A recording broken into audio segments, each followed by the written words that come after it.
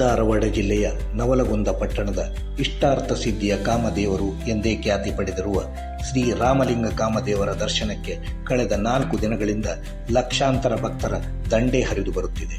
ಕಲಿಯುಗದ ಕಾಮಧೇನು ಎಂದೇ ಕರೆಸಿಕೊಳ್ಳುವ ಈ ಕಾಮಣ್ಣ ಕಳೆದ ದಿನಾಂಕ 28ರಂದು ದರ್ಶನಕ್ಕೆ ಲಭ್ಯವಾಗಿದ್ದು, ರಾಜ್ಯ ಹೊರ ರಾಜ್ಯಗಳ ಲಕ್ಷಾನುಗಟ್ಟಲೆ ಭಕ್ತರು ನವಲಗುಂದಕ್ಕೆ ಆಗಮಿಸುತ್ತಿದ್ದಾರೆ. ಯಾವುದೇ ಪೂಜಾರಿ ಅರ್ಚಕರಿಲ್ಲದೇ ಇರುವುದು ಈ ಕಾಮಣ್ಣನ ವಿಶೇಷತೆಯಾಗಿದ್ದು, ಹೋಳಿ ಸಂದರ್ಭದಲ್ಲೂ ಯಾವುದೇ ಪೂಜೆ ವಿಧಿ ವಿಧಾನ ಮಂತ್ರಘೋಷ ಅರ್ಚನೆ ಇರುವುದಿಲ್ಲ. ಹರಕೆ ಹೊರುವುದಷ್ಟೇ ಸಂಪ್ರದಾಯವಾಗಿದೆ.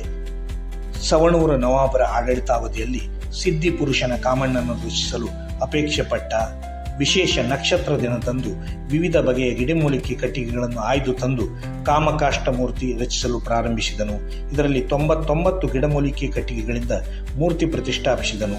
ಇನ್ನೊಂದು ಗಿಡಮೂಲಿಕೆ ಕಟ್ಟಿಗೆ ಸಿಕ್ಕಿದ್ದರೆ ಮೂರ್ತಿಗೆ ಜೀವಕಳೆ ಬರುತ್ತಿತ್ತು ಎಂಬ ಪ್ರತೀತಿ ಇದೆ.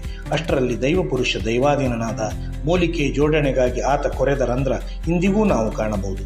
ರಾಮಲಿಂಗ ಕಾಮದೇವ ಸಂತಾನವಿಲ್ಲದ ದಂಪತಿಗಳಿಗೆ ಸಂತಾನ ಭಾಗ್ಯ ಕರುಣಿಸಲು ಬೆಳ್ಳಿಯ ತೊಟ್ಟಿಲು, ಕಂಕಣ ಭಾಗ್ಯಕ್ಕಾಗಿ ಬೆಳ್ಳಿಯ ಬಾಸಿಂಗ, ಅನಾರೋಗ್ಯ ನಿವಾರಣೆಗೆ ಬೆಳ್ಳಿ ಕುದುರೆ, ಮನೆ ವಸತಿ ಇಲ್ಲದವರು ಛತ್ರಿ ಚಾಮರ, ಉದ್ಯೋಗ ಬದುಕಿಗೆ ನೆಲೆ ಕಂಡುಕೊಳ್ಳಬೇಕಾದರೆ ಬೆಳ್ಳಿ ಪಾದ ಅಥವಾ ಕುದುರೆ ಹರಕೆ ಹೊತ್ತು ಪೂಜಿಸಿದರೆ ಸಾಕು ಎನ್ನುವುದು ಇಂದು ಹರಿದು ಬರುತ್ತಿರುವ ಜನಸಾಗರವೇ ಅದಕ್ಕೆ ಸಾಕ್ಷಿಯಾಗಿದೆ.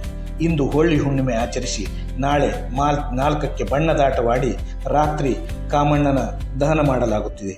ಈ ಬಾರಿ ಕಾಮದೇವರ ದರ್ಶನಕ್ಕೆ ಸುಮಾರು 7 ಲಕ್ಷಕ್ಕೂ ಹೆಚ್ಚು ಜನರು ಪಾಲ್ಗೊಳ್ಳುತ್ತಿದ್ದಾರೆ ಎಂಬುದು ಅಂದಾಜಿಸಲಾಗಿದೆ.